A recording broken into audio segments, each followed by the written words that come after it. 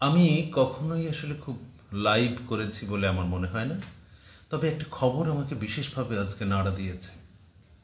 একটি আত্মহত্যা, এবং সেটা লাইভে। একজন যুবক আত্মহত্যা করেছে এবং সেটা লাইভ করেছে। যখন সে লাইভ করছিল, আত্মহত্যা করতে যাচ্ছিল, তার চোখ দিয়ে অজস্র জল গড়িয়ে পড়ছিল এবং তার কষ্টে তার ভেতরটা দুমড়ে মুচড়ে যাচ্ছিল, এবং সে আত্মহত্যার জন্য দায়ী করেছে সেই সমাজ ব্যবস্থাকে, তার পরিবারকে, তার স্ত্রীকে। কিন্তু আমার কাছে মনে হচ্ছে আত্মহত্যাই কি শেষ সমাধান? আত্মহত্যা করলে কি সমস্ত সমাধান হয়ে যায়? নাকি আপনি আপনার যে স্ত্রী, সন্তান, বাবা মায়ের জন্য এত বেশি কষ্ট করলেন, কাজ করলেন, তাদেরকে আপনি অথৈ সাগরে ডুবিয়ে গেলেন? পরকালে আপনি কি পাচ্ছেন, কি পাবেন, সেটা হয়তো ভবিতব্য বলে দিবে, ভবিষ্যৎ বলে দিবে। কিন্তু আপনি কেন এই কাজটা করতে গেলেন? এবং একটা চ্যানেল, খুবই পরিচিত স্বনামধন্য একটা চ্যানেল, তার আত্মহত্যার পূর্বেকার এই সময়টুকু টেলিকাস্ট করেছে পরবর্তীতে, এবং সেখানে তারা সে কিভাবে, কি প্রসেসে আত্মহত্যা করেছে, কোন মেডিসিনটা নিয়েছে, সেটার নামটা পর্যন্ত তারা ডিলিট করার চিন্তা করেনি। এটা সাংবাদিকতার কোন পর্যায়ে পড়ে আমি জানি না, সেটা কেন করেছে সেটাও আমি জানি না। হয়তো আমার ক্ষুদ্র জ্ঞান, আমি বুঝি না। তাই এরকম একটা ঘটনা হয়তো অন্য অনেকেরই চোখ এড়িয়ে গেছে বা এড়িয়ে যেতে পারে, বা তারা বলতে চায়নি, আমি বলছি।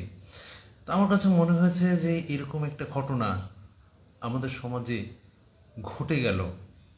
একটি তত্ত্বজা যুবক আত্মহত্যা করলেন এবং পরিবারকে দায়ী করলেন। পরিবার কতখানি কষ্ট দিয়েছে তাকে, অথচ এই পরিবার তাকে বড় করার জন্য, মানুষ করার জন্য কত বেশি সময় দিয়েছে। হ্যাঁ, তার কাছে হয়তো সাময়িকভাবে টাকা ছিল না, সে হয়তো তার প্রয়োজনটা মিট আপ করতে পারছিল না, কিন্তু আত্মহত্যার মধ্য দিয়ে কি মুক্তি মেলে? মুক্তি মেলে না সহজেই। তবে আমি যাকে আমার জীবনের আইডল মানি, আমার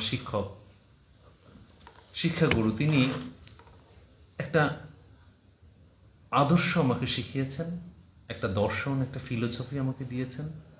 সেটা হলো, একটাই জীবন, জীবনের ঋণ জীবনেই শুধতে হয়, মৃত্যুতে নয়। আপাত দৃষ্টিতে যদি মনে হয় মৃত্যু আপনাকে সমস্ত কিছু থেকে পরিত্রাণ দিল, আমার কাছে সেটা মনে হয় না। আর কি কখনো এই মানব জন্ম আপনার জীবনে আসবে? আপনি আত্মহত্যার মধ্য দিয়ে জীবনটাকে শেষ করে দিলেন, আপনার পরিবারের ভবিষ্যৎকে ধ্বংস করে দিলেন, অনাগত জীবনটাকে নষ্ট করে দিলেন, অপার সম্ভাবনাকে ধ্বংস করে দিলেন। কে আপনাকে এই অধিকার দিয়েছে একটা অপার সম্ভাবনাকে ধ্বংস করে দিতে? তবে ভবিষ্যতে যেন এরকম ঘটনা না ঘটে, আজকের লাইভটা আসলে আমি সেজন্যই করলাম। আমি ভীষণভাবে পরিশ্রান্ত ছিলাম, মাথার মধ্যে এই ঘটনাটা ভীষণভাবে আমাকে নাড়া দিচ্ছিল, আলোড়িত করছিল, আন্দোলিত করছিল, ব্যথিত করছিল, যে একটা মানুষ লাইভে এসে আত্মহত্যা করে, কীরকম কষ্ট পেলে, কীরকম দুঃখ পেলে।